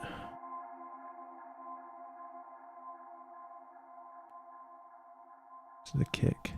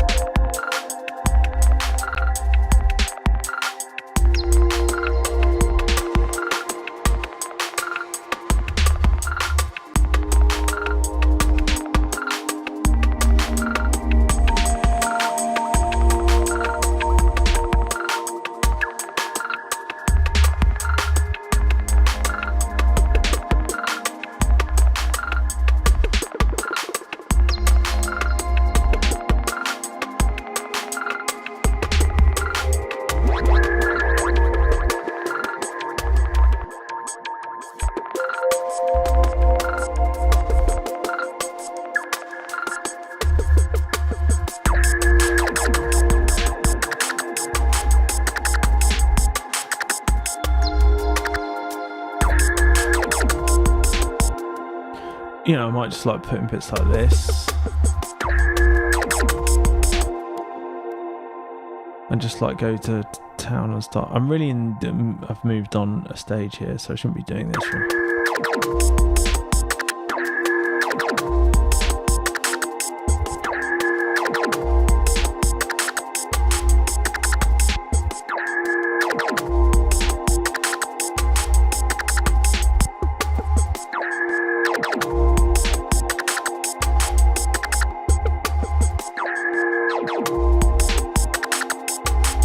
Even just little bits like that, like might really suggest something really strong in the idea when I listen back to it.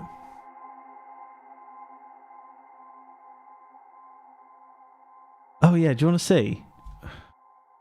I'll do it. Okay, so I've got like some auto filtering going on with this. Let's turn these off. It's great, right? So we've got these patterns here. What have we got?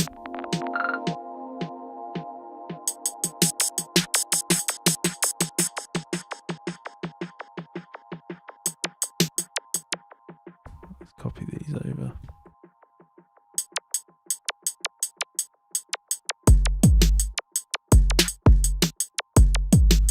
Okay, so if I hit shake,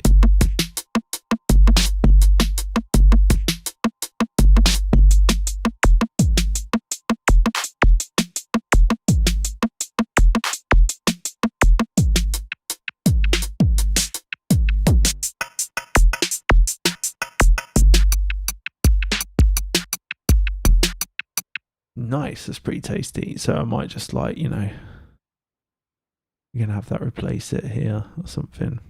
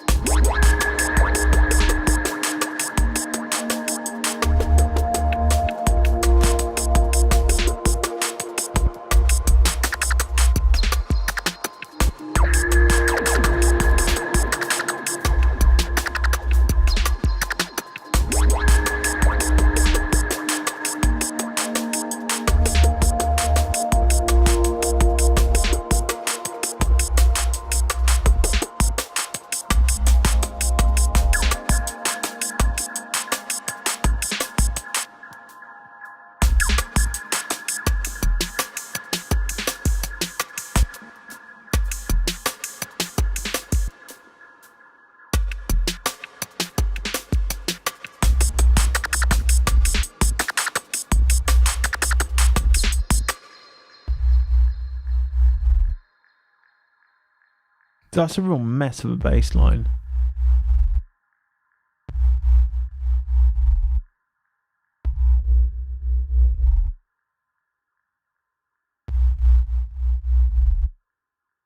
But that doesn't bother me really.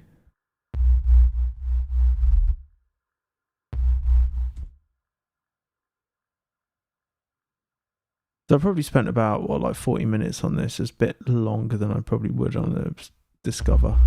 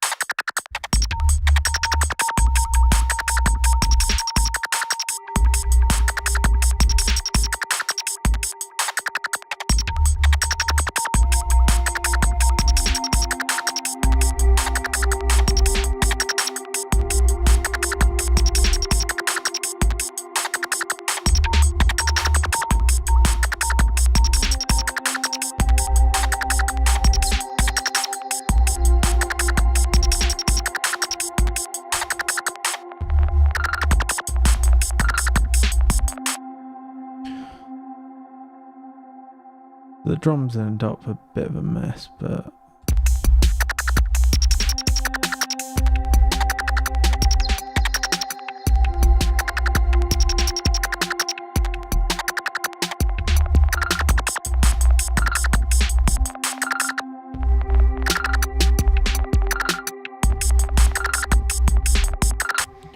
and that is kind of how a Discover session would go. It's like quite aimless. Just like throwing more stuff at the wall. I mean, sometimes I might do the kind of just I'll do the opposites game, like I suggested when I started this. Like note down what the track sounds like, what the vibe is, and then just do something completely opposite. Really depends, but that is literally just throwing stuff at the wall after a full day at work and of life, and we'll see what comes out of that.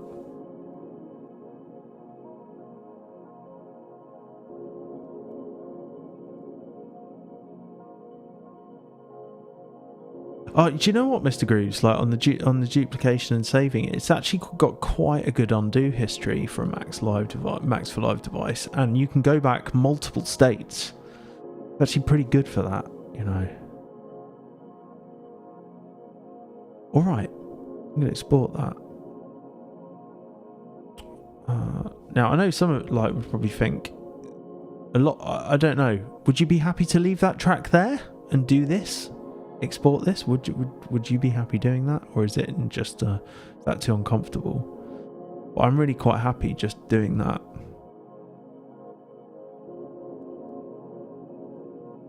I've already got the date in. We could just or the checklist item, so I can just add a diary reminder for this time next week. Usually it's 6 a.m. Save that. Discover's quite easy because it's kind of less pressure to shape the idea into something. It's still a fun part of the process. I feel like, you know, when you've had the idea, it doesn't have to immediately be shaped into something. You know, you're still exploring what it could be. I mean, adding the break in gives it quite a rooted sound now that you wouldn't, you know, normally. Sometimes I try and avoid breaks or things that I do all the time because I want to kind of explore new stuff. Thanks, Mr. Grooves. Yeah, no, definitely. It's always forward, isn't it? Whether or not you kind of decide to go back is the question. But yeah, no, I agree. I feel like that was definite progress as well. And it was fun to talk about the board in depth. And I hope people found the beginning of this stream useful.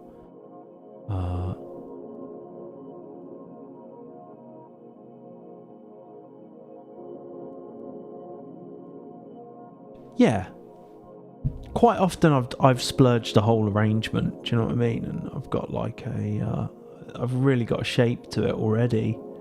I try and just still throw more stuff at the wall to see if any idea, you know. For me, I'm like the thing that fires me up and that keeps me going is that I might do something that I've not done before, or that anyone's done before, and I feel like the only way to do that is to do stuff you wouldn't normally do. And so I'm always trying to foster that and kind of nurture that or encourage that in my music making practice. And it doesn't have to be really detailed sound design or have any intention in mind. Sometimes it can just be completely aimless, and that's where your most interesting stuff can come from. And it doesn't have to be complicated either, I don't think. It can just be really basic, that, you know, what your process or what you're trying that can yield like things you've not done, or and that's what I'm always looking to do, which is why I have these kind of sessions where, I don't know, outwardly it feels like I might just be aimlessly adding stuff, but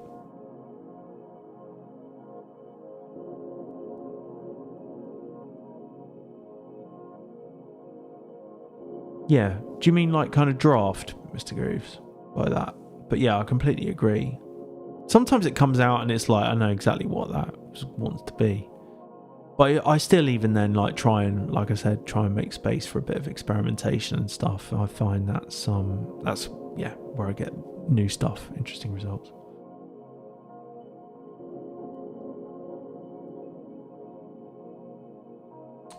For me too, Mr. Grooves. Yeah, totally true. It's like, I think with this stage as well, it doesn't necessarily have to be adding stuff. It could be that you just change the tempo or something crazy like that, or that you you speed it up, or that you switch sounds randomly on something, inject a bit of randomness into things. Like we could have shaken these drums up and it would have completely changed the sound in the main pattern, or we could have like just added a bass line and overwritten this one entirely, or muted it or something. And it's almost like playing creative roulette with the idea. You've already got like a Rubik's cube that you're kind of reimagining in a different way. That's kind of like, that could be a good another way to think about it. All right, but I'm going to call it there, folks. Thank you very much for everyone checking in and for questions in the chat. Not that there were loads about the Trello board, but hopefully this will be a useful resource in addition to the video that's already out there, as well as kind of seeing this Discover session at the end. I'm not going to be on for a couple of weeks now because it's school holidays here in the UK next week, and then I've also I might be able to do the week after. I'm not sure yet. We'll see. But I will schedule anything that I've got coming up in the near future. Otherwise, it'll be back to normal schedule the week after that. So kind of second week in June, I'll be resuming Wednesdays. And in the meantime, be sure to check out the Grooving in G compilation that we're doing on Patreon. You can watch the live stream back, the first track feedback stream. There's still lots of space for submissions, so we're keen to hear your music and for it to be included in the release. So do check that out on Patreon. Check out the feedback stream and see if it's something you're interested in. Send your music over. What's your latest one, Mr. Grooves? Did you say? Thanks, Mr. Grooves. Yeah, pleasure. Cheers, Animus.